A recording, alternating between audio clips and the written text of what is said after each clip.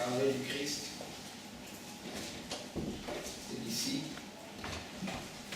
Et le monde. Jean chapitre 17, on ira à la première verset jusqu'au 10e verset. Après on se fera, on ira un verset plus important, c'est le verset 17. Mais je vous demanderai vivement, quand vous rentrez chez vous à la maison, de lire tous les chapitres.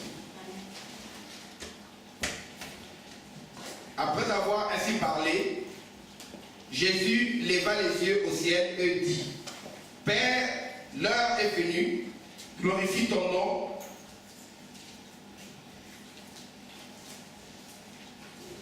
Je recommence. Après avoir ainsi parlé, Jésus leva les yeux au ciel et dit: Père, l'heure est venue, glorifie ton Fils, afin que ton Fils te glorifie. Selon que tu lui as donné le pouvoir sur toute chair, afin qu'il accorde la vie éternelle à tous ceux que tu lui as donnés. Or, la vie éternelle, c'est qu'ils te connaissent, toi le seul vrai Dieu, et celui que tu as envoyé, Jésus-Christ. Je t'ai glorifié sur la terre, j'ai achevé l'œuvre que tu m'as donnée à faire. Et maintenant, toi, Père, glorifie-moi auprès de toi-même de la gloire que j'avais auprès de toi avant que le monde soit. J'ai fait connaître ton nom aux hommes que tu m'as donnés du milieu du monde. Souvenez-vous, les hommes que tu m'as donnés du milieu du monde. Ils étaient à toi et tu me les as donnés. Et ils ont gardé ta parole. Maintenant, ils ont connu que tout ce que tu m'as donné vient de toi. Car je leur ai donné les paroles que tu m'as données. Et ils les ont reçues. Et ils ont vraiment connu que je suis sorti de toi. Et ils ont cru que tu m'as envoyé. Verset 9. C'est pour eux que je prie. Je ne prie pas pour le monde, mais pour ceux que tu m'as donnés, parce qu'ils sont à toi. Et tout ce qui est à toi, et tout ce qui est à moi est à toi, et ce qui est à toi est à moi. Je suis glorifié en eux. On va sauter pour lire le verset 14. Je leur ai donné ta parole et le monde les a haïs parce qu'ils ne sont pas du monde. Comme moi, je ne suis pas du monde. Je ne te prie pas de les ôter du monde, mais de les préserver du malin. Ils ne sont pas du monde, comme moi je ne suis pas du monde. Verset 17. Sanctifie-les par ta vérité, ta parole et la vérité. Comme tu m'as envoyé dans le monde, je les ai aussi envoyés dans le monde. Amen. Amen. Jean chapitre 17 est appelé la prière sacerdotale. Ça veut dire la prière du sacerdoce, la prière du sacrificateur.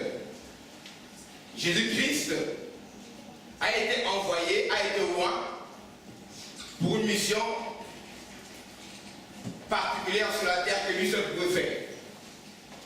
Il a été loin, on voit dans le livre de Actes des Apôtres, chapitre 4, il dit: l'Esprit du Seigneur est sur moi parce qu'il m'a loin pour.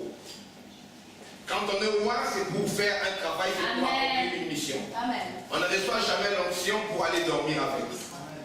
Amen. Amen. L'onction que nous recevons, c'est un mandat divin. L'onction nous confère des capacités divines pour accomplir une mission divine parmi les hommes. L'onction est un pouvoir.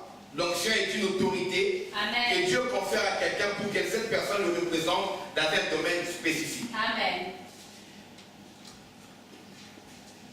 Et l'onction, c'est également la capacité de commander, de diriger.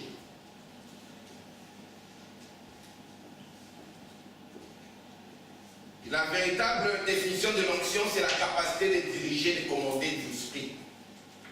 C'est ce que l'onction nous rend capable de faire. C'est pas seulement sur la terre, parce que quand on parle de Lucifer, on dit que tu étais un chérubin roi.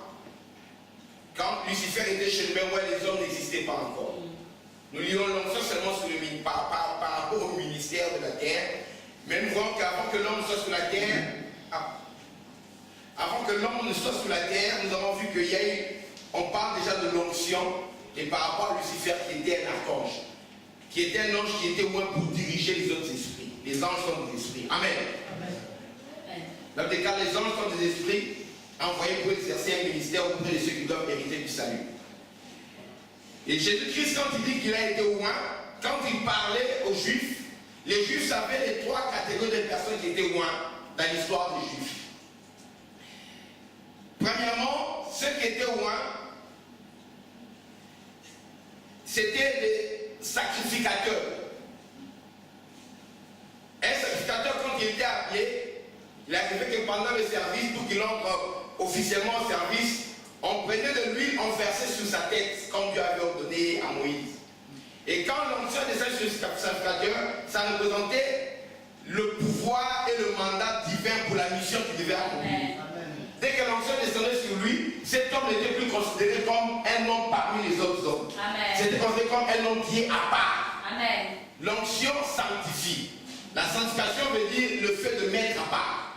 Amen. Quand on dit que quelqu'un est sanctifié, ça veut dire que cette personne est mise à part. Quand on dit que quelqu'un est saint, ça veut dire que cette personne est en dehors, est à part. Il n'est pas dans le groupe. Quand on dit que Dieu est saint, ça veut dire que Dieu est à part. Dieu est en dehors. Il est en dehors de quoi? Il est en dehors de la création. Amen. Amen. Amen. Le créateur ne peut pas être confondu avec les créatures. Dieu n'est pas le tonnerre, Dieu n'est pas le feu, Dieu n'est pas la mer comme ces autres peuples. Quand on dit que Dieu est saint, c'est que Dieu n'est pas de la création. Dieu n'est pas le soleil, il n'est pas la lune. Amen. Amen. Quand j'étais petit, on disait, quand on entendait les vents passer, les vents passer ou bien on était calme, un souffle passer, on disait que Dieu vient de passer. On définissait Dieu comme étant le vent. Dieu c'est le vent. Dieu n'est pas le vent parce que le vent c'est une création. Alléluia. Le vent c'est simplement l'air en mouvement, en déplacement. Dieu n'est pas le vent. Dieu n'est même pas le soleil. Amen. Amen. Même quand il dit que je suis le soleil, le vent, il est au-delà. C'est une image pour vous montrer la brillance, la force du soleil. Mais Dieu n'est pas le soleil. Dieu est au-delà parce que Dieu a créé le soleil. Dieu existe avant le soleil. Amen. Alors, les sacrificateurs qui étaient au loin étaient séparés. Il y avait maintenant le peuple, il y avait Dieu et lui devenait quelqu'un qui était au milieu entre Dieu et le peuple. À part le sacrificateur de la Bible, nous voyons également le roi. Le roi était roi. On a vu comment Samuel a oint Saül pour qu'il devienne roi d'Israël, et plus tard il a oint David pour qu'il devienne roi. Le roi qui était oint, il recevait l'autorité, le mandat de régner sur le peuple et de représenter Dieu devant le peuple. La gloire, la force de Dieu, et il devait marcher dans la guerre devant le peuple pour représenter que l'Éternel est avec eux.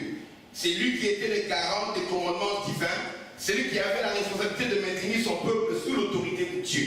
Quand un peuple s'égarait, quand un peuple devenait idolâtre, Dieu demandait le compte au roi qui était établi sur le peuple. Amen. Amen. On félicitait le peuple, un roi, par rapport à sa capacité, par exemple, de détruire les idoles. Quand tu lis dans les chroniques ou bien dans les livres de roi, on dit qu'il a détruit telle idole et puis il a marché entièrement sur les voies de l'Éternel et tout, de David son père. Et le roi qui favorisait les idoles, même si le pays était florissant, peu importe, on disait que ce roi-là avait échoué, les hauts lieux n'avaient pas disparu, les idoles n'avaient pas disparu. Donc on sanctionnait son royaume par rapport à sa capacité de maintenir l'autorité de Dieu et le culte du vrai Dieu. Alors à part le roi qui était également roi, il y avait également des fois des prophètes qui étaient rois. Nous voyons, et Dieu qui dit à Élie, retourne par ton chemin, va oindre Élisée comme prophète à ta place. Amen. D'ailleurs, vous me suivez? Amen. Vous me suivez? Amen. Vous êtes calme comme si. Je vais parler calmement aussi. Comme ça, je parle calmement, je vais me mettre à votre niveau. Alors, il y avait également le prophète Élie. Vous me dites, si vous dites Amen, maintenant si vous êtes obligé de dire Amen, je monte aussi. Sinon je vous mets à votre niveau. On est dans l'unité. Il y avait également le prophète. Oui, parce que quand je regarde les cassettes à la maison, j'ai peur que ma femme qui dit Amen. Amen. J'avais été résolu à dire à ma femme de ne plus dire Amen quand je prêche. Qu'elle apprenne ses Amen dans le cœur pour que j'écoute un peu s'il y a d'autres personnes qui disent quand même Amen, qui comprennent. Alléluia. Amen veut dire c'est la vérité. Si vous croyez à ce que je dis, vous devez dire Amen. Amen. Amen. Amen. Si vous dites pas Amen, c'est comme si je ne suis pas en train de dire la vérité, ou que vous ne comprenez pas. Il faut qu'il y ait une connexion entre le prédicateur et son assemblée. Je ne veux pas me mettre là à parler, c'est pas un monologue. Amen. Alléluia. Amen. Je ne suis pas devant un jury, je suis en train de parler, vous êtes en train d'évaluer ma prédication. Non, vous êtes là pour croire à ce que je vous dis. Amen. Amen. Amen. Alléluia. Amen. Parce qu'avant de venir ici, je me suis tenu devant le Père. J'ai prié avant de venir ici. Amen. Je fais sur toute parole que je dois prononcer devant vous. Amen. Parce qu'il y a quelqu'un qui va me sanctionner. Ce n'est pas vous, c'est Dieu. Amen. Amen. Parce qu'il y a des choses, je peux vous dire, si vous ne connaissez pas, mais Dieu sait que ce n'est pas ça. C'est ça. Amen. Amen. Et des choses que vous dites, vous pouvez aimer, mais Dieu sait que ce n'est pas ce qu'il m'a dit de dire. Donc je fais sur ce que je vous dis là, parce que c'est que Dieu me surveille. Amen. Alors si vous sentez qu'il y a une connexion, les Amen encouragent le prédicateur. Le silence décourage le prédicateur. Démotive. Parce que j'ai eu le devoir de vous donner la parole, mais on ne m'a pas imposé comment je dois vous la donner. C'est pourquoi mes collègues de l'église catholique disent alors Élie, il est allé voir l'Élysée. Le peuple dit Amen. Oui. Ils sont libres, je peux aussi faire cela. Personne, aucun prêtre n'a été mis en prison parce qu'il parle. Amen. Depuis les siècles. Je peux aussi adopter cela, ça marche. Ils ont des grandes églises, des bâtiments. Voilà. Amen. Amen. Et nous avons quitté l'église catholique parce qu'elle est ténèbre là-bas. Parce qu'il y a une idolâtrie là-bas. Amen. Amen. Si tu ne savais pas, moi je te l'ai dit.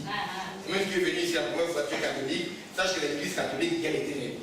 Il y a l'idolâtrie. On ne peut pas dire, mais il y a des gens là-bas qui n'adorent pas. Non. Alors, quand le pape lui-même adore Marie, il incite les gens à adorer Marie. On fait des statues pour que les gens se prosternent. Or que c'est interdit de faire des statues se prosterner. C'est écrit dans le livre d'Exode. Amen. Alléluia.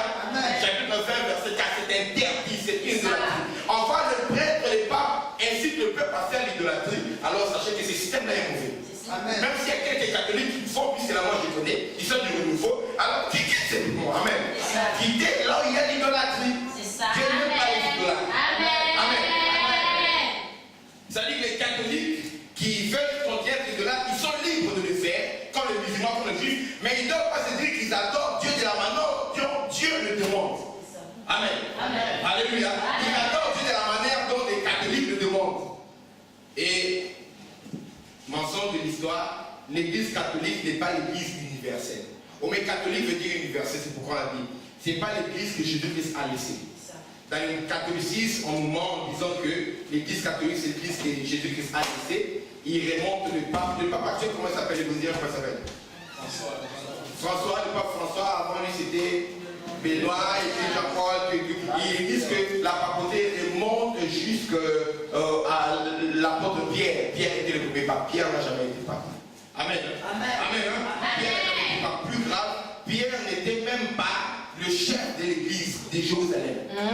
On lui a remis l'église spirituelle, mais on ne lui a pas remis la direction physique de l'église. L'église locale de Jérusalem était conduite par Jacques, le frère biologique de Jean. Jésus. Amen. Amen. Amen. Alléluia. Amen. Les étudiants ici savent que j'ai donné ce cours-là. Donc, quand on ne vous montre pas au Pierre, non, Pierre n'a jamais été pape, il n'a jamais été quelqu'un qui commandait et tout. On n'a jamais décrété que Pierre était infaillible parce qu'on a vu des textes d'apôtres que Pierre a été hypocrite et Paul qui était converti après lui, Paul est venu le reprocher par rapport à son hypocrisie. Amen. Amen. Voilà. Donc, c'est que ça dans le catholicisme, c'est beau par rapport à la culture et tout ce que vous voulez, mais par rapport à la Bible, vous êtes dans l'erreur. Pourquoi courir le risque d'attendre jusqu'au jugement dernier et de vous rendre que vous étiez dans l'erreur, il y a le feu qui vous attend. Alors que maintenant, vous avez la possibilité, pas de quitter, mais d'aller lire la Bible. Amen. Lisez la Bible, voyez si c'est que ce fait là-bas est en accord avec la parole de Dieu. Si vous voyez que c'est en accord avec la parole de Dieu, continuez, rendez-vous au jugement dernier. Si vous voyez que ce n'est pas l'accord avec la parole de Dieu, même si c'est ton père, ta mère qui t'y a amené, comment j'ai fait quand j'avais l'âge de 12 ans. Amen. Ça a provoqué la colère de ma mère, mais je n'ai pas craint la colère de ma mère. J'ai craint la colère de Dieu. Amen. Amen. Hein? Amen. Alléluia. Amen. Voilà, c'était une petite parenthèse dont je disais que oui. Retourne. Va voir un Élisée comme moi. Amen. Comme prophète, pardon, à ta place. Alors, quelles sont les trois catégories de personnes qui ont reçu l'onction dans l'Ancien Testament, dans la Bible? C'est qui? Et qui encore? Les rois et les prophètes. Répétez encore. Les sacrificateurs, les rois et les prophètes. Il y a des très bons étudiants, acclamons le Seigneur. Dimanche, ça commence à devenir comme mercredi. Amen. Il y a les trois catégories de personnes, les sacrificateurs, les rois et les prophètes. Alors, quand Jésus-Christ est venu, il a dit qu'il était roi. Dans la Bible, il dit, qu'est-ce qu'il veut dire lui? L'Esprit Seigneur est sur moi, il m'a oint. Nous savons que dans la Bible, il y a que trois catégories de personnes qui sont ointes. Il y a les sacrificateurs, il y a le roi et puis il y a les prophètes. Donc, il lui veut dire quoi? Est-ce qu'il veut dire qu'il est sacrificateur? On a vérifié. Ses descendants, c'est qui? Les sacrificateurs, nous savons qu'ils sont de la tribu les descendants d'Aaron, de la tribu de Lévi, mais les descendants d'Aaron. Pour être de la sacrificature. On avait Caïphe qui était là, qui était pas le sacrificateur. Amen. Mais lui, qu'est-ce que la famille? Il checkait un peu son école. Son papa, c'est qui? Joseph. Ok, de Bethléem, de la famille de Judas. Non. De Judas, il ne peut pas être sacrificateur. Qu'est-ce qu'il raconte? Moi, donc s'il n'est pas sacrificateur, il prétend qu'il peut être roi. Parce qu'il ne faut pas être seulement de la famille, de la descendance d'Aaron pour être roi. Bon, peut-être qu'il veut dire qu'il est roi. On ne sait pas. Comme Joseph était un descendant, n'est-ce pas, de David, peut-être qu'il revendiquer la royauté, on ne sait pas. Amen. Mais est-ce qu'il est prophète? On va l'écouter pour savoir s'il est vraiment prophète. On disait, seul il n'est pas sacrificateur, c'est qu'il est roi. S'il n'est pas roi, peut-être qu'il est prophète. Mais je vais vous dire que Jésus est les trois à la fois. Amen.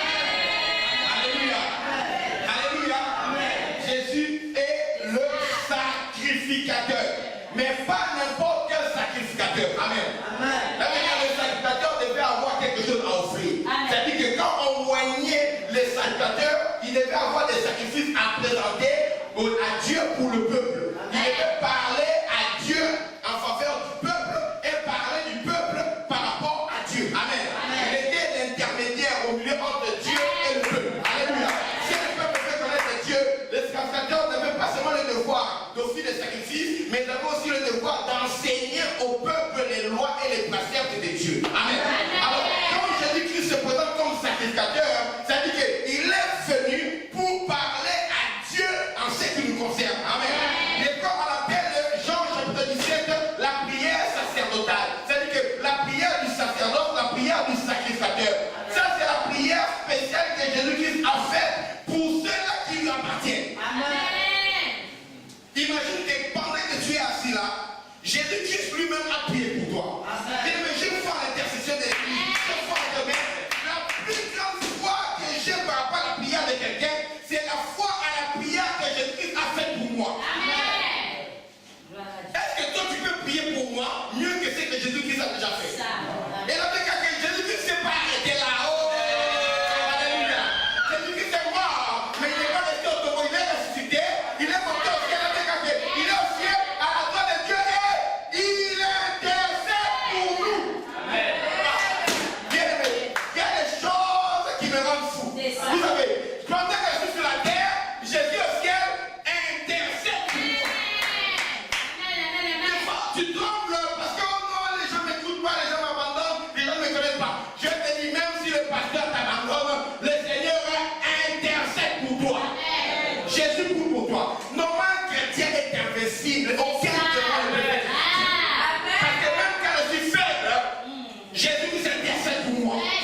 Or, nous savons que l'intercession de prière en faveur d'eux. Quand Jésus prie en faveur de moi, donc la qualité de l'intercession dépend de la qualité de l'intercesseur. Et de quel intercesseur il s'agit?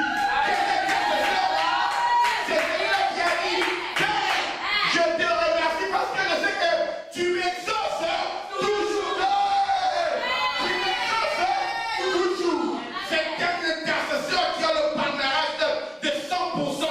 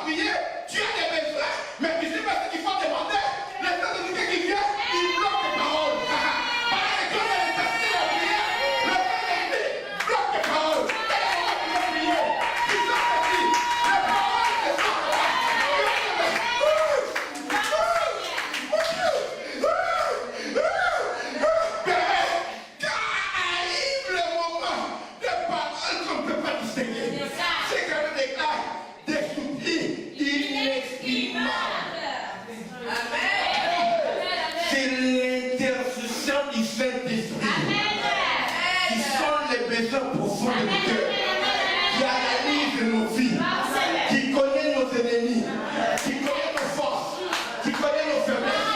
Le Seigneur connaît les tentations qu'on a aujourd'hui. Il connaît les tentations qu'on a demain. Que nous ne connaissons pas. Mais le Saint-Esprit a déjà sonné comme un radar.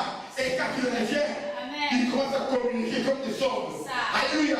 Il envoie un signal au ciel à Jésus-Christ. Oh Seigneur, l'agneau, tu es connecté. Oui, Paraclet, je suis connecté. Alléluia.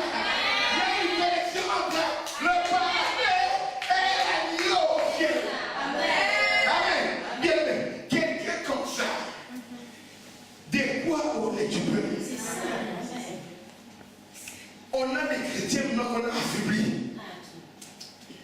Parce que ça fait beau, parce que d'avoir des chrétiens qui se sentent coupables. Quelqu'un qui se sent coupable, c'est quelqu'un qui est facilement manipulable. Alléluia. Alléluia. Les gens veulent mettre le corps sur leur force de culpabilité. Comme si le pasteur ne péchait pas. Amen. Il arrive au pasteur d'être en colère. Il arrive au pasteur de détourner de l'impudicité. Il arrive au pasteur de mentir. Alléluia. Il arrive même au son de. Est-ce que je dis vrai? Est-ce que je dis vrai? Oui, ça existe. Mais les pasteurs, des fois, ils veulent faire comprendre aux chrétiens comme si c'est eux qui sont les plus grands pécheurs. Mais eux-mêmes ne pêchent pas, n'arrivent pas. Il arrive même aux autres de faire le mal. Mais c'est n'arrête pas de continuer à faire leur travail. Amen. Mais le pasteur veut maintenir les chrétiens dans la culpabilité. Et eux-mêmes gardent le privilège de connaître la révélation qui fait d'être libre. Non, bien aimé, on te dit aux chrétiens qui sont libres. On te dit aux chrétiens qui ont péché et pardonné. On te leur dit que même les péchés qui sont pardonnés. On te leur dit pour voir ce qui est réellement le Seigneur. C'est le Dieu qui nous maintenait sous son autorité par la peur. Dieu n'a pas besoin de te faire peur pour te maintenir sous son autorité. Dieu a besoin de ton amour. Alléluia. Alléluia. C'est le message qui produit les gens qui vont aller au ciel. C'est le message qui transforme les gens. Quelqu'un qui sait que j'ai le pouvoir de commettre le péché. Je ne le fais pas par crainte, mais je ne le fais pas par amour. Alléluia. J'aime tellement mon Dieu que je ne le fais pas. Là, Dieu est content. Pas quelqu'un qui a peur de Dieu, comme si Dieu était le Père fouettard. Il faut me frapper. Il faut me frapper. Non. Même si Dieu ne va pas me frapper, je ne le ferai pas. Parce que j'aime Dieu. Dieu aime une relation d'amour. Je vais vous dire, tel que vous êtes assis là, Jésus au ciel intercède pour vous. Un chrétien devrait se sentir invincible. C'est ce qui m'a mon père spirituellement enseigné. Jésus connaît. Vous avez le devoir d'aller à la maison, lire bien toute cette prière. Des gens chapitre 17, de 1 jusqu'à la fin. Oh bien aimé, ça va révolutionner ton cœur. Il y a un moment, écoutez. Lisons ce verset.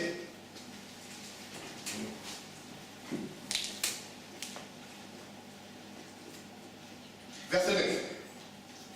Il dit ceci. Jean 17, verset 9. C'est pour eux que je prie. Je ne prie pas pour le monde, mais pour ceux que tu m'as donnés, parce qu'ils sont à toi. Et tout ce qui est à moi est à toi, et ce qui est à toi est à moi. Je suis glorifié en eux. Jésus dit clairement qu'il ne prie pas pour le monde. Il prie pour nous. Il y a une différence entre toi et ta cousine qui n'a pas reçu Jésus. Il y a une différence entre toi et ta cousine qui n'a pas reçu Jésus. Il y a une différence entre toi et tes collègues qui travaillent qui n'ont pas reçu Jésus. Vous êtes dans le même travail, mais vous n'êtes pas logés dans la même enseigne. Alléluia. Nous appartenons au Saint des Saints. Nous appartenons au souverain sanctificateur. Alléluia. Le souverain sanctificateur est le Dieu qui intercède pour nous. Nous appartenons à Jésus. Eux, ils sont dans le monde et ils sont du monde. Nous sommes dans le monde, mais nous ne sommes pas du monde. Amen. Nous ne sommes pas. On fait quoi seulement le fardeau qui a la vie chrétienne? Tu vas arrêter de faire la publicité, tu vas rater ceci, les copains tu vas rater, les copines tu vas rater, les boîtes de nuit tu vas rater, mais on ne dit pas le privilège que tu as d'appartenir à Amen. Amen. Oh, tu deviens franc-maçon, tu vas être pistonné par ton travail, on a dit que les jeunes de l'université. Bien, mais la franc-maçonnerie est limitée. Alléluia. Amen. Alléluia. Amen. Si la franc-maçonnerie était vraiment ce qu'elle est à l'excellence, aucun des dictateurs qui sont entrés là-dedans ne serait chassé du pouvoir. Certains d'entre eux ont été assassinés dans le pouvoir pendant qu'ils sont des francs-maçons. Bien aimé, il y a que appartenait à la société secrète du souverain sacrificateur suprême, qui est la société secrète la plus élevée. Donc, Amen. Amen. On est tellement au-dessus qu'en dessous c'est le soleil. J'ai dit là chez l'autre, au-dessus c'est le soleil. Non, nous on est au-delà du soleil. Nous c'est en dessous, c'est le soleil. On est tellement très haut. Yes. Nous sommes assis avec Christ dans les lieux célestes. Or, les lieux célestes commencent au-delà de la création. Là où l'univers s'arrête, c'est là où l'univers céleste commence. Dieu n'habite pas dans la création. L'univers, l'immensité de l'univers, Dieu est au-delà. Tous les anges que vous voyez là, ils ne viennent pas de Jupiter, ils ne viennent pas de Mars, d'une planète quelconque. Non, les anges sont des êtres extra-universels. Amen. Vous avez compris? C'est pas des extraterrestres. Non, pas des extraterrestres parce qu'ils viennent de l'univers. Les anges sont des êtres extra-universels. Ils viennent en dehors de l'univers. C'est celui qui a tué la physique même pendant une leçon. Dites Amen. Amen. Alléluia. Alléluia. Pour que vous compreniez. Et le Seigneur comme ça, il intercède pour toi. Mais ça doit te donner une foi qui n'est pas là. Amen. Déclare, cette fois, nous la possédons qu'une encre de l'âme, sûre et solide. Elle va au-delà du voile, c'est-à-dire au-delà du ciel, là où Jésus-Christ est assis à la droite de la majorité divine. Amen. Il y a toujours des versets qui parlent de cela. C'est-à-dire que la foi que nous avons, c'est comme une encre de l'âme. Est-ce que je dois parler? Est-ce que je dois parler? Est-ce que je dois parler? Demande-toi pour ça, amen. On comprend notre foi comme la vie encre de l'âme. Écoutez, l'encre c'est quoi? Quand un bateau est à terre, tu ne peux pas mettre de frein à main dans un bateau. Alléluia. Alléluia. On peut freiner avec une voiture, on met le frein à main pour que ça ne bouge pas. Mais quand tu es dans la mer, tu ne peux pas mettre les freins à main. Alléluia. Parce que le bateau est ballotté, n'est-ce pas, par la mer, est ballotté par le flot, par le courant, par les vagues. Et la mer se monte. Alléluia. Le bateau a son vie. Maintenant, pour stabiliser un bateau, pour que les bateaux ne partent pas à la dérive. Quand un bateau part à la dérive, c'est-à-dire que le bateau prend une direction inconnue. Amen. Prévue. Il y a des gens dans le monde ici, dans le monde de la vie, leur vie a pris, leur vie est en dérive. Leur fiançailles est en dérive. Amen. Ils avaient prévu accoster au port du mariage, mais le fiançailles commence à se trouver en Papouasie, Nouvelle-Guinée, où il fait trop chaud pour les gens avec le veille de panneau. Alléluia. Le mariage est allé en dérive. Ils ont créé une société, leur société est en dérive. Leur société se sont retrouvées au bord de la Somalie. Il y a les pirates qui viennent piller les bateaux. Ta société est en dérive. Qu'est-ce que tu fais en Somalie? Tu ne sais pas que dans les autres Somalies, il y a des pirates. J'avais pas prévu. Mais c'est quoi? Mon bateau est en dérive. Pour empêcher que le bateau parte en dérive, il y a ce qu'on appelle l'encre. L'encre, c'est pas comme l'autre avec eux. Écoute ceci. Cette encre-là, c'est le symbole de marin. Souvent, on décide d'encre. Les gens voient cela et ils savent pas de quoi il s'agit. C'est comme s'il y a deux admissions qui sont côte à côte. Amen. Amen. Vous savez, la maison, c'est ça? C'est comme s'il y a deux. C'est une pièce métallique très très lourde qui est dans le bateau, qui est attachée à une chaîne solide. Et dans les temps anciens, c'était à une corde très très solide. Actuellement, c'est des chaînes. Pour empêcher que le bateau parte en dérive, quand les bateaux doivent stopper, des fois vous voulez arriver au port, il y a des téléphones dans le port, vous voyez quelque chose, et vous devez vous arrêter quelque part, et vous devez mouiller l'encre. C'est-à-dire que vous devez, pour que le bateau ne parte pas, vous jetez l'encre. L'encre là descend jusqu'à des fonds marins et s'accroche. Ça empêche le bateau de partir en dérive. Le bateau reste sur place. C'était comme si c'était un frein à main exceptionnel qu'on a mis à la main. Ça veut dire que peu importe les circonstances, il va, le pasteur reste là. Amen. Peu importe ce qui m'arrive, je peux bouger, mais je ne pars pas. Je reste là. Alléluia. Je reste là. Oh, mes licenciés du travail, je ne bouge pas, je reste là. L'école me répond négativement, je ne bouge pas, je reste là. Mais mes fiancés commencent à battre des lèvres, je ne bouge pas, je reste là. Je suis en négatif dans mon compte bancaire, je ne bouge pas, je reste là. Je ne veux pas insulter Dieu comme la femme de Job avait dit à Job. Insulte Dieu, mais non, je ne veux pas mourir Dieu pour mourir, je reste là. Maintenant, pour notre âme, lorsqu'on considère comme notre âme est un bateau, pour le monde, on jette l'ancre en bas, qui descend dans la mer. Mais pour nous, notre ancre, elle était dans la mer.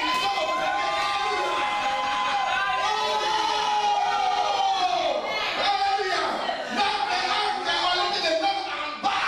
Comme nous ne sommes pas du monde, même si nous sommes des mondes, nous ne sommes pas du monde. Nous sommes tous, nous sommes du ciel. Alléluia. Quand le premier homme Adam est terrestre, c'est qu'il ressemble aussi sont terrestres. Les seconds Adam est terrestre, nous qui nous le partons, nous sommes aussi célestes. Notre ancre, on est descendre, elle monte. Elle monte. Elle dépasse le firmament et va s'accrocher au ciel. Bien. Quelle est cette tempête-là de la vie qui peut me porter? Quand dans mon âme est accrochée au ciel. Amen. C'est ça, amen. Quelle est cette situation de la vie qui peut me troubler? Des fois, les choses semblent être difficiles. Vous me voyez garder mon calme. Ce n'est pas que je suis inconscient. Amen. Le Seigneur connaît ce qu'il est. Avant que ces versets soient écrits, il a montré quand même un exemple. Un jour, Jésus-Christ est entré dans la barque. Il a dit à ses disciples, passons sur l'autre bord. Pendant qu'il était en train de voyager pour passer sur l'autre bord, dans le bateau, Jésus-Christ est entré dans le bateau en dessous et il s'est mis à s'endormir. Et Jésus-Christ a dormi. Je ne sais pas s'il ronflait, mais il s'est endormi profondément. Si Jésus-Christ ronflait un jour, je crois que c'est ronflement supérieur de lui.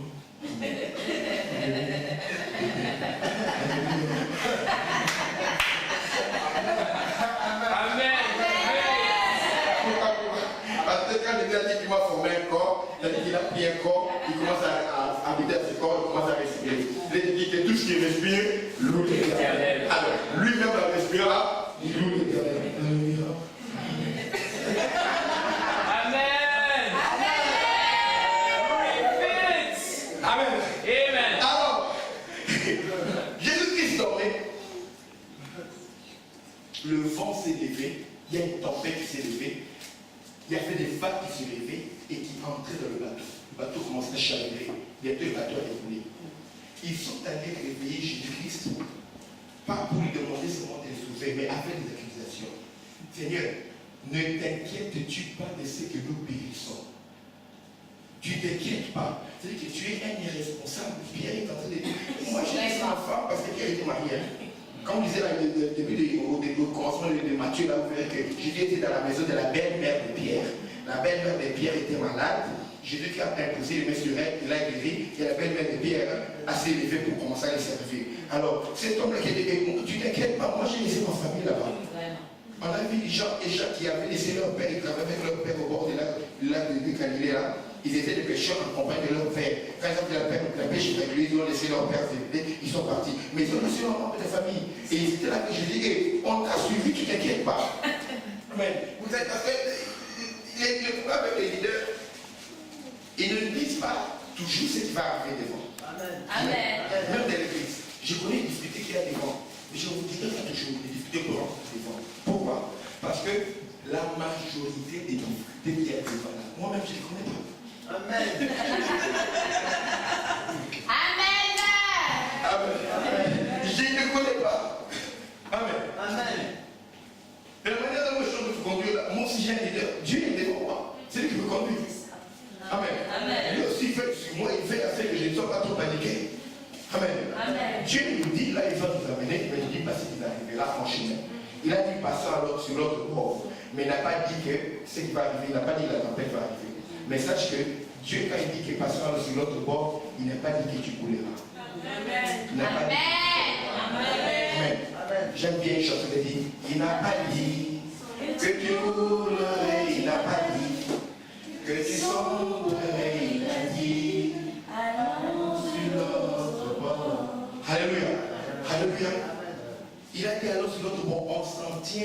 parole et application.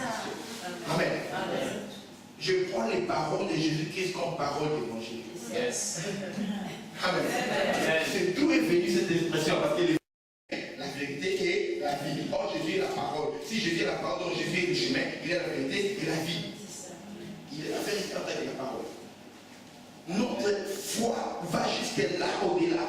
Quand il est venu réveiller Jésus-Christ, Jésus dormait parce que il a une foi ferme malgré les tempêtes. Lui, il n'est pas accroché à la mer. Il était composé beaucoup de disciples, la plus grande part. Il y avait plusieurs professions qui étaient représentées dans ce bateau. Mais le syndicat des pêcheurs était la plus représentée. Il y avait le personnel d'impôt, il y avait d'autres mains, n'est-ce pas, comme Matthieu, mais il y avait les pêcheurs. Nous supposons qu'il y avait au moins 4 pêcheurs. Au moins 4. Il y avait Jean, il y avait Jacques Frère, il y avait Pierre. Pourquoi André et frère de Pierre, il faisait quel travail? Amen. Imaginez déjà si le 12 était de la 4, oh, c'est déjà près de la moitié. C'est le cas des pécheurs. Il connaissait ça des gars. Parce que son fils, Matthieu était en train de jouer, il dit, la tempête, oh non. Pierre, Jean-Jacques Baptiste. Les enfants, nous sommes en train de mourir là. Quand la mer monte dans ce sens-là, ça va. Mais la tempête, si c'est la tempête qui coule les bateaux, vous savez, vous avez compris. C'est la même tempête là, de cette tempête ici, c'est la même tempête qu'on a citée. C'est à cause d'une tempête pareille qu'on avait vu Jonas pour les jeter dans la mer. Bon, je ne sais pas quand ils sont allés réveiller Jésus. Quelle était leur réponse? Parce que quand ils sont allés réveiller Jonas, les gens avaient eu les mêmes paroles. Nous sommes en train de mourir, toi tu ne t'inquiètes pas. Chacun est en train d'invoquer son Dieu. Réveille-toi aussi, invoque ton Dieu. Alors eux aussi, comme c'est des pécheurs, les pécheurs connaissent tous les contes qui concernent la mer. Les contes de la mer, ils connaissent. Alors quand ils ont vu la tempête, tout le monde était qui? Ils ont dit, qui est là, bien présent, Jacques présent, qui est là, Seigneur, Jésus. Rabbi, Maître, Seigneur. Il est là, Jésus est en train de nous. Alléluia. Amen. Alléluia. Nous sommes en train de périr. Ils sont allés pour secouer Jésus-Christ. C'est pas celui de Jonas qui fait bateau. Il risque de passer. Oh, pourquoi c'est la mer? Jésus-Christ ne veut pas s'inquiéter parce qu'il savait que il a d'abord dit une parole allant sur l'autre bord. Amen. Quand il leur a dit une parole allant sur l'autre bord, c'est par rapport à la promesse que lui-même avait reçue. Amen. Amen. Il a été l'agneau de Dieu. Il devait aller pour offrir son corps en sacrifice pour le salut de l'humanité. Il avait dit que le fils de l'homme, c'est déjà censé être écrit de lui. Il avait déjà prophétisé sur ce qui devait lui arriver. Donc, tant que ce qui lui devait lui arriver n'est pas encore arrivé, il savait qu'il ne pouvait pas mourir. Parce qu'il avait la confiance en celui qu'il avait envoyé. Et tant que lui ne meurt pas, vous qui êtes avec lui aussi, vous ne mourrez pas. Amen. C'est pourquoi il a dit, allons sur l'autre bord. Et nous, les chrétiens, nous sommes en Christ. Mais nous sommes ballottés, nous laissons les gens prédire notre mort. Je sais que ça peut être comme une folie. Mais la foi, c'est une folie. Amen. Parce que là où c'est normal, c'est qu'il n'y a pas la foi. Amen. La foi n'agit pas dans le normal. La foi agit dans le paranormal. Amen. Amen. C'est comme dit qu'au phénomène paranormal, oui, c'est qui est bizarre. La foi agit dans ce domaine-là. C'est qui est au-delà du normal. Vous dites par là, c'est dit au-delà. Amen. Amen. C'est qui est extraordinaire, en dehors du normal. C'est là la foi agit. C'est-à-dire que tu peux comploter la mort contre moi. Ah, bien aimé. Si ce n'est pas le temps que Dieu a fixé, je ne mourrai pas. Amen. Je refuse de mourir. Amen. Parce que quand j'accepte de mourir, je pars. Dieu ne va pas m'imposer la vie. Amen. Amen. Alléluia. Amen. Dieu ne va pas t'imposer sur la mort. Amen. Il a dit, je vais devant toi la mort et la vie, choisis la vie. Quand le moment, parce qu'il y a un jour où ils vont tous partir, quand ce jour-là des parties n'est pas encore arrivé, et toi tu te laisses partir, tu risques de mourir avant le temps. Tu risques de partir sans avoir accompli la mission que Dieu t'a donnée. Amen. C'est pourquoi quand Pilate a dit, oh, tu sais pas que j'ai le pouvoir de te tuer, de te laisser en vie, de te libérer ou bien de t'incarcérer, je t'ai dit, tu n'auras aucun pouvoir sur moi si cela ne t'a pas été donné au ciel. Amen. Tu n'auras aucun pouvoir. Oh, c'est ma vie, non. Ce qui arrive ici, ce qui a été écrit, c'est tout. C'est pas toi qui commets le plus grand péché. C'est celle qui me livre, toi qui commets un plus grand péché. Entre parenthèses, on vous dit dans le monde qu'il n'y a pas de grands et de petits péchés. Sinon, Jésus-Christ, il y a des grands et des petits péchés. Amen. Jésus a dit, celui qui me livre, toi commet un plus grand péché. C'est-à-dire que quand on dit plus grand, c'est-à-dire qu'il y a aussi de plus petits péchés. Dans la vie ici, il y a de plus grands péchés et de plus petits péchés. Tous les péchés n'ont pas les mêmes conséquences. Amen. S'il y a une seule même conséquence du péché, c'est la mort, mais sur la terre, il n'y a pas les mêmes conséquences. Amen. Il y a des péchés qui amènent la malédiction. Il y a des péchés qui amènent la culpabilité, il y a des péchés qui amènent la malédiction, il y a des péchés qui amènent la mort. Il y a des péchés qui amènent pas seulement la malédiction, il y a des péchés que Dieu te punit maintenant, ça s'arrête à toi. Il y a des péchés que tu le commets, tu transmets la malédiction même à tes enfants qui n'ont pas péché. C'est-à-dire que le péché que tu as commis là, Dieu va le punir sur tes enfants, ça amène à 3 ou à 4 générations. Amen. Amen. Il y a des péchés que tu le fais toi, ça s'arrête là. Tu voles quelque chose, ça s'arrête chez toi. Il y a des choses que tu commets, ça va jusqu'à toi, c'est à la 4e génération. Vous comprenez cela? Amen. Amen. Le vol et le petit, mais ce n'est pas le même niveau. Il y a des péchés de manière offre un sacrifice. Et selon la gravité du péché en Israël, la taille du sacrifice peut augmenter. Ou bien l'esprit du sacrifice peut augmenter. Et il y a des péchés, on avait dit, celui-là, il n'y a pas de sacrifice, tuer la personne. Il y a des péchés, même quand il fallait tuer la personne, c'était interdit de toucher la personne. On devait lapider la personne et lui transpercer les flèches. Tellement ce péché était considéré comme étant très grave. Ça, c'est la parenthèse. L'Église a aujourd'hui les pensées et les mots comme aide-toi, le ciel t'aidera. C'est écrit. Amen. Amen. Il y a des gens même qui disent, Seigneur, tu as dit, chacun pour soi, Dieu pour tous. Alors Seigneur, Dieu pour tous. Est-ce que tu as vu Dieu dit, chacun pour soi, Dieu pour tous. Tu as dit ça où? Il y a des slogans comme ça, que les gens ont emprunté du monde. Oh, il n'y a pas les grands des péchés. Tu l'as vu où? Alléluia. Amen. Si nous revenons maintenant à la parole, Jésus-Christ comme sacrificateur, il a fait une prière qui devait nous donner une confiance dans son action dans nos vies. Yes. J'aime pas voir les chrétiens qui sont ballottés. Vous savez, l'assurance du salut. Dieu a parlé de beaucoup d'instruments, beaucoup d'armes défensives que nous portons dans la vie des chrétiens.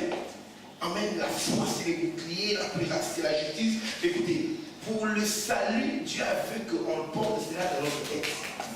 Nous avons voir le casque du salut. Tu dois connaître dans ta pensée et réellement ce que tu as obtenu de Dieu. Le salut, c'est un mot inclusif. Il y a tout. Amen. Amen. Amen. Le salut, c'est la définition, c'est l'esprit. Je suis expert en cours qui concerne le salut, la sociologie. C'est le cours que je donne à l'école, dans les écoles publiques, l'école pastorale, la sociologie. C'est-à-dire que dans le salut, là, il y a la délivrance. Le salut, la définition du salut, c'est-à-dire que le fait d'échapper à un danger. Il y a la délivrance. Il y a la contrition. Il y a la direction. Il y a la vérification. Il y a tous ces mots-là inclus dans le salut. Maintenant, quand tu comprends que tu es sauvé, que Jésus-Christ est en toi, que Jésus-Christ non seulement il est en toi, il est aussi au ciel, il intercède pour toi, que le Saint-Esprit est en toi, qu'il intercède en ta faveur. Quand tu comprends toutes ces choses-là, c'est une chose que tu as acquis dans ton salut, et tu dois le mettre dans ta tête. Peu importe le niveau de problème que je traverse, peu importe la difficulté que je traverse, que je sois en contact avec Dieu, que je ne sois pas en contact avec Dieu, la première chose qui ne doit pas m'échapper, c'est que je suis sauvé. Amen. Amen. Je suis sauvé. Comme je vais enseigner mercredi, le salut, ce n'est pas quelque chose comme tu es dedans, et puis après tu es dehors. Tu pêches, tu es dehors, tu te confesses, tu y rentres dedans. Non, on est dedans et on y reste. Amen. Amen, amen, amen. C'est alors que dans le monde, tu comprendras un jour, tu te dis, mais moi là, qu'est-ce que. Parce que quand tu dis déjà de toute façon, j'ai déjà perdu mon salut, ça va t'encourager à rester dans le monde. Mais tu te dis, moi je fais quoi ici? Cette boîte de nuit, là, avec des gens comme des démons. Je fais quoi ici?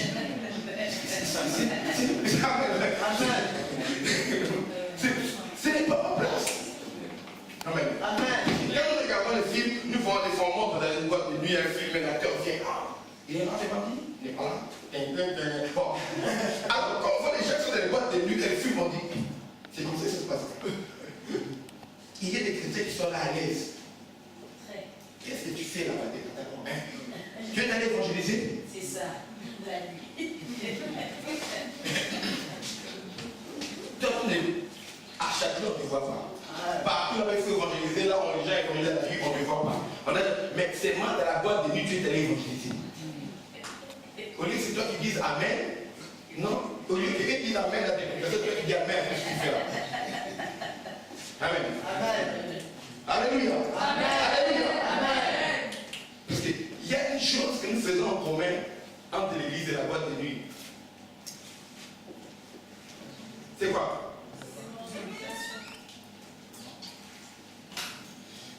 Put your hands in the head.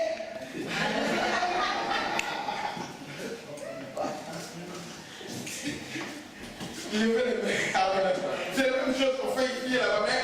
Nous, quand on lève les mains, c'est par commandement divin. Là, les gars, je veux que les hommes prient en tout lieu, en élevant les mains pures, sans colère ni mauvaise pensée. C'est la Bible qui t'a ordonné d'élever les mains pures. Et tu n'importe quoi. Bien-aimé, tu dois être sûr de ton salut pour te comporter comme quelqu'un qui est dans le salut. Amen. Il y a l'une des choses que je n'ai jamais voulu perdre dans ma vie, c'est le salut. Amen.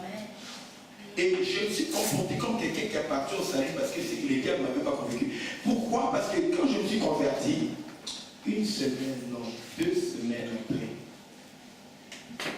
2 semaines après, ou je ne sais pas quelques temps après, peut-être un mois, moins de 2 mois, le diable est venu me tenter beaucoup pour me faire convaincre que j'étais plus sauvé. Un jour, je lisais la Bible. J'ai lu sur Ananias, sa fille, j'ai commencé cet esprit, et puis dans mon cœur, ah mais ça c'est comme si cet esprit était méchant pour les a tués. J'ai même pas fini de parler dans mon cœur comme ça. Le diable est venu me dire, hey, tu viens de blasphémer contre le Saint-Esprit.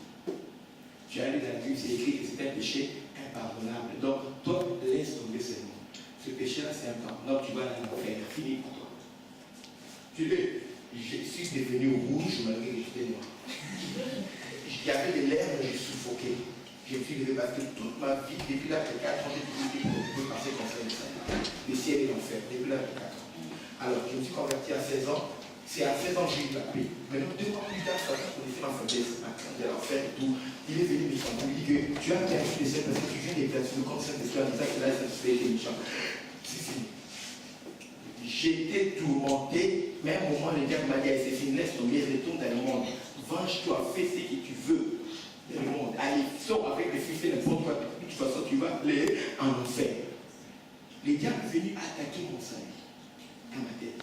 Je suis rentré, on m'a enseigné par mes aînés. Non, tu vois pas. C'était un raisonnement. Tu n'as pas insulté, parlé de mal contre Saint-Esprit. Plutôt, on m'a expliqué en fait, c'est qu'est-ce que tu vas faire contre le Saint-Esprit. Et j'ai compris que je n'avais pas blasphémé contre le Saint-Esprit. Mais c'est dans ma tête, le salut n'était pas. Parce qu'il était venu parce que je n'étais pas encore affermi. Mais beaucoup de gens aujourd'hui, peut-être dans un domaine ou dans un autre lieu, disent, ah voilà, tu viens de mentir, tu viens de te battre, c'est fini, tu ne veux pas fort en Christ. Il y a des gens qui sont retournés dans le monde à ce temps-là. Pourquoi? Ils ont une colère à l'école, ils sont battus, les gens disent non, tu t'es battu, c'est que tu n'es pas un frère en Christ, c'est fini, toi tu es un païen. La pression de leur faire convaincre, ils ont perdu leur salut. Il y en a également qui ont abandonné la foi parce qu'ils ont été convaincus qu'ils sont pécheurs. On voit un frère, une soeur qui tombe dans l'impudicité, au lieu d'aider cette personne-là, c'est repentir. Si les chrétiens ne péchaient pas, le mot repentance n'existerait pas dans l'église. Dis encore. Le mot repentance n'existerait que dans le monde. Amen. Alléluia. Amen. Alléluia. Amen. Paul, il écrit aux chrétiens, il écrit aux païens. Amen. Il dit, confessez vos péchés les uns pour les autres. Priez pour les uns pour les autres, vous serez guéris. Alléluia. Les épîtres, là qu'on parle, j'ai reparti vos péchés, santé votre misère, c'est écrit aux enfants de Dieu. Mais on veut faire quoi aux enfants? Le diable récupère l'ignorance et notre capacité de culpabiliser les autres pour les achever dès qu'ils tombent. Est-ce que Dieu ne sait pas que toi, en prie la conversion, tu allais tomber? Dieu sait. Donc, je bénis Dieu parce que dans la maison du roi, les enfants de Dieu qui sont ici vivent de la crainte de Dieu. Amen. Amen. C'est pas parce que je vous fais peur par rapport à un élève. Non, c'est parce que je vous fais prêcher la vérité. Vous montrez que quand tu aimes Dieu, il y a des choses que tu fais, il y a des choses que tu fais. Amen. Amen. Et s'il arrive qu'il y a eu un accident un jour, quand on forme un bon technicien, on le forme comme la machine marche. On lui apprend comment la machine marche normalement. Mais les ingénieurs de l'église sont là, ils ne vont pas me contredire. Les gens, on les engage aussi en cas de problème. On a des ingénieurs réseau ici. ils ne sont pas seulement formés pour comment les réseaux marchent et tout, mais en cas de problème, quand le réseau est saturé, ou bien l'application ne passe pas, qu'est-ce qu'ils devraient faire pour que les choses reviennent à la norme? Amen. Amen. Alors, on vous prête seulement que, regarde, vous êtes là, vous êtes comme ça, comme si dans la vie chrétienne, il n'y aura jamais de difficulté, comme dans la vie chrétienne, il n'y aura jamais un moment où tu tomberas bien, mais si tu tombes, je t'apprends. Il y a un chemin. Le Seigneur est au ciel, il intercède pour toi avant même que tu tombes. Amen. On est des un seul chrétien qui fait plein pasteur, j'ai conseillé comme ça, j'ai prêché un message pour ça, tout le monde comprend. Amen. Il ne faut pas que je résolve le problème de chacun un à un. Amen. Hein? Peut-être c'est toi, tu n'es pas dans les cas là. Mais en tant que pasteur et ici, pasteur à Dallas, pasteur un peu partout, le problème des chrétiens, j'entends, j'écoute, je vous prie pour que vous puissiez savoir. S'il arrivait un jour que tu tombes, bien aimé, Jésus-Christ a pourvu au remède. Amen. Le pardon au travers de son sang. Le même sang qui t'a sanctifié quand tu t'es converti, c'est le même sang qui continue à te sanctifier pendant que tu es en Christ. Amen. Afin que le diable ne vienne pas te récupérer. Parce que j'ai foi tellement au sacrificateur suprême qui a fait la prière que rien ne peut me prendre. Amen. Rentre, c'est un devoir. Ne va pas faire trop de choses. Dès que tu rentres, Jean chapitre 17. Yes. Commence à lire ça jusqu'à la fin.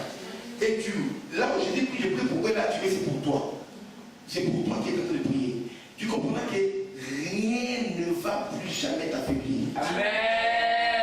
Et même tout ce qui t'arrive, tu comprendras ce qu'il veut dire. Toutes circonstances concourent au bien de ceux qui aiment Dieu, de ceux qui sont appelés selon son dessein, selon son plan. Parce que quand je te prie, je ne prie pas seulement pour eux, mais je prie également pour ceux qui croiraient à l'évangile.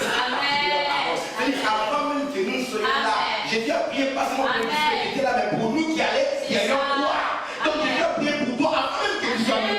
Avant ça, j'ai dit à prier pour toi. Quand tu étais encore païen, j'ai dit prier pour toi. Alléluia. Maintenant qu'il t'a gagné, tu vois qu'il va te laisser partir. Non. Pour dire que je me réjouis de faiblesse, parce que c'est quand je suis faible que la force de Dieu se manifeste. Je suis fort en celui qui me fortifie. Amen. Que le diable arrête de vous faire peur. Il faut qu'il tourne les yeux de Jésus pour que Jésus ne me voie plus. Avant qu'il puisse me faire du mal. Parce que le Seigneur transformera même le mal en bien. C'est-à-dire que tout circonstance concourt au bien de ceux qui aiment Dieu. Même si tu as des ennemis, toi fais seulement une chose, sois agréable à Dieu. Amen. Amen. Là, déclare, quand l'Éternel a créé les voies d'un homme, il dispose favorablement à son égard, même ses ennemis. Tu n'as jamais entendu une prédication avec autant de versets bibliques. Tout ça vomi en live comme ça. Yes. Amen. Amen. Avec le point biblique exact. Quand l'Éternel a créé les voies d'un homme, bien sûr, une femme aussi, il dispose favorablement. Dieu va, il ne veut pas, mais Dieu va le disposer pour toi. Toi, sois là. Toi, fais ça. On est en train de faire du mal contre toi, mais ils ne savent pas qu'ils sont en train de te pousser vers la primature. Amen. Alléluia. Tu ne sais plus un jour qui premier ministre en Égypte. Mais par où Dieu est passé? C'est facile, Dieu avait dit à Joseph, tu passeras par ceci, par le prix. Joseph n'allait pas accepter. Il a dit, Seigneur, garde tes rêves. Dieu nous montre où il veut nous amener. C'est ça le rêve de Joseph, mais il ne montre pas le chemin. Dieu dit une église, voici là où tu veux, je vais t'amener. Voici le rôle que tu vas jouer en France, la maison du roi. Mais ne montre pas par où nous devons passer. Amen. Amen. Nous sommes là dans les combats, il y a beaucoup de problèmes, il y a la solangerie, il y a beaucoup de choses qui entrent, mais nous devons faire. Non, cette révélation, ne cherchez pas à comprendre. Regardez-moi ici. Il y a des paraboles que Jésus parlait, mais il a resté il a pris ses disciples. Au revoir, shalom. Il explique le disciple. Non, en fait, la parabole là, du Seigneur, ça veut dire c'est ça, c'est ça, c'est ça, c'est ça. Quand il sort de là, Amen, Amen. On n'a pas compris, non. À vous, vous n'avez pas été de comprendre. C'est ça. Mais à d'autres. Mais nous restons fermes. malgré tous les problèmes qui vont arriver. Dans ta vie, Dieu est une bénédiction pour l'église à la maison de gloire. C'est-à-dire que quand ta vie va mal, quand le feu est dans l'église à la maison de gloire aussi va mal. Amen. Amen. Parce que quand tu vas mal, tu vas bien évangéliser. Quand tu vas mal, tu vas bien intercéder, tu vas bien louer Dieu des fois. Quand tu vas mal, tu risques d'aller tomber dans les péchés. Quand tu vas mal, tu ne donneras pas l'argent pour qu'on paye le loyer ici. On n'est pas ici gratuitement. Amen. On paye le loyer. Si toi tu vas mal, l'église ne va pas avancer. Encore Dieu t'a amené dans cette église. Si tu es pas, si cette église a une destinée très très glorieuse, alléluia, elle sera connue partout dans la France et partout dans le monde. Amen. Il sortira des puissances hommes et des puissances femmes de Dieu de cette église. Comme on va arriver, Jésus a dit allons sur l'autre bord. C'est-à-dire que comme toi tu es là-dedans, tu vas arriver avec nous. Amen. Dieu ne prévoit pas de l'ambassade. Ce n'est pas les chefs ici qui vont faire la mission de Dieu, c'est toi. Donc Dieu sera obligé de te bénir pour que sa parole s'accomplisse. Alléluia. Amen. Il sera obligé de t'élever pour que son nom aussi soit élevé. Pour que les païens, les gens qui sont dans ton entreprise, dans ta famille, voient que Dieu est glorieux dans ta vie et qu'ils viennent ici adorer Dieu. Amen. En fait, ensemble, on puisse apporter le réveil dans ce pays. Comme tu es ici, que tu seras béni. Même si moi, il est arrivé que je dors, je ne prie pas pour toi, je te dis que le Seigneur Jésus au ciel prie pour toi. Il intercède pour toi. Que se donne la foi. Rien ne peut t'arriver en dehors de la volonté de Jésus. Amen. Rien. Et quand tu vois quelque chose qui arrive en dehors de la volonté de Jésus-Christ, refuse. Dis, oh Seigneur, non, dans ta prière, c'est pas ça. Jésus a dit, je connais le projet que j'ai formé pour vous. Ce sont des projets de paix, de bonheur et non de malheur. En fait, vous avez un avenir et de l'espérance. Ce projet, ça vient pas apporter l'avenir, mais ça vient raccourcir mon avenir, ça vient apporter le désespoir, ça vient apporter la mort. Ça, c'est pas de toi, je refuse. Amen. En fait, délivrer un projet de maladie, je refuse. En fait, délivrer un projet de mort, je refuse. Oh, ta maman a diagnostiqué d'un cancer, je refuse. Amen. Parce que je sais ce que le serviteur a fait pour moi. Amen. Un jour, on parlait en profondeur encore de ce roi. Jésus en tant que sacrificateur, on parlait en profondeur Jésus en tant que roi, on parlait en profondeur Jésus en tant que prophète. Ça sera un autre jour. Amen. Amen. Comme ça pour les mercredis. Mais aujourd'hui, sache que Jésus intercède pour toi. Et dans les moments de difficulté, vous savez, Jésus-Christ est où? Maintenant, pendant nous parlons. Il est où? À la droite du Père. On dit que Jésus-Christ est assis à la droite du Père, n'est-ce pas? C'est confortable, n'est-ce pas? Écoutez, comme on a pris Étienne, on l'a amené, on l'a accusé de tuer les reins. Et Étienne a commencé à parler. Il a commencé depuis Abraham à vomir la Bible, la parole de Dieu. Il est parce que moi je suis un professeur de la Bible, c'est Étienne. C'était un défi pour tout le monde de famille être capable de raconter l'histoire de la Bible comme ça. Et nous, moi et papa, et pasteur, tout le monde qui voit, on est capable de faire ça. Amen. On avait pris ce qu'Étienne avait fait, on est capable de faire raconter l'histoire de la Bible jusqu'à un moment je peux t'arriver aujourd'hui. Sauf Étienne, quand il parlait, qu'est-ce qu'il a vu? Moi, les gens étaient là, ils étaient déjà là pour aller l'idée, on a voulu les tuer. Écoutez, Étienne, qu'est-ce qu'il a fait? En fait, le juger. Jésus savait ce qui allait arriver, un moment crucial, un moment difficile pour lui. Quand il parlait, Jacques le juger, un moment, je lui ai dit, Étienne, qu'est-ce qu'il a dit? Il a ouvert les yeux, Dieu lui a ouvert les yeux au ciel, pendant qu'il était là, on les jugeait. Tu sais, quand une personne t'accuse une seule personne, comment ça fait mal? Mais moi, c'est deux qui sont assemblés qui sont en train de t'accuser, de chercher ce qu'il faut pour te tuer. Et tu sens ta mort venir, tu sais dans l'angoisse, mais Étienne parlait de Dieu. Pour les rassurer, Dieu lui a ouvert les yeux. Étienne a vu le ciel ouvert. Il a vu Jésus à la droite du Père. Au lieu de voir Jésus-Christ assis à la droite du Père, il a vu Jésus-Christ debout à la droite du Père. Être debout, c'est la position des intercesseurs. Amen. Alléluia. Amen. Dans le moment le plus difficile de nos vies, le Seigneur n'est plus assis sur les trônes. Amen. Il s'élève. Amen. Alléluia. Alléluia. Alléluia. Alléluia. Et quand Dieu s'élève, bien aimé, quelque chose arrive. Parce que quand Dieu s'élève, attention, c'est à ce moment qu'il peut descendre. Quand Dieu descend, la terre tremble. Alléluia. Souvenez-vous de Paul et Silas quand ils ont été chargés de coups. Amen. Quand ils étaient dans la nuit chargés de coups enchaînés, ils sont mis à louer Dieu, à chanter le nom de Dieu. Dieu s'est levé sur son trône et Dieu est descendu. La prison a tremblé à ses fondements. Les chaînes de Paul et Silas se sont brisées. Quand tu as des problèmes, le Seigneur ne reste pas sur son trône. Il s'élève. Amen. Alors, quand les problèmes t'acculent, quand les problèmes t'environnent, t'envahissent, sache que c'est le moment où Dieu veut se lever. C'est ça. Amen. Parce que quand tout va bien, le Seigneur est assis pour attendre tes louanges et son adoration.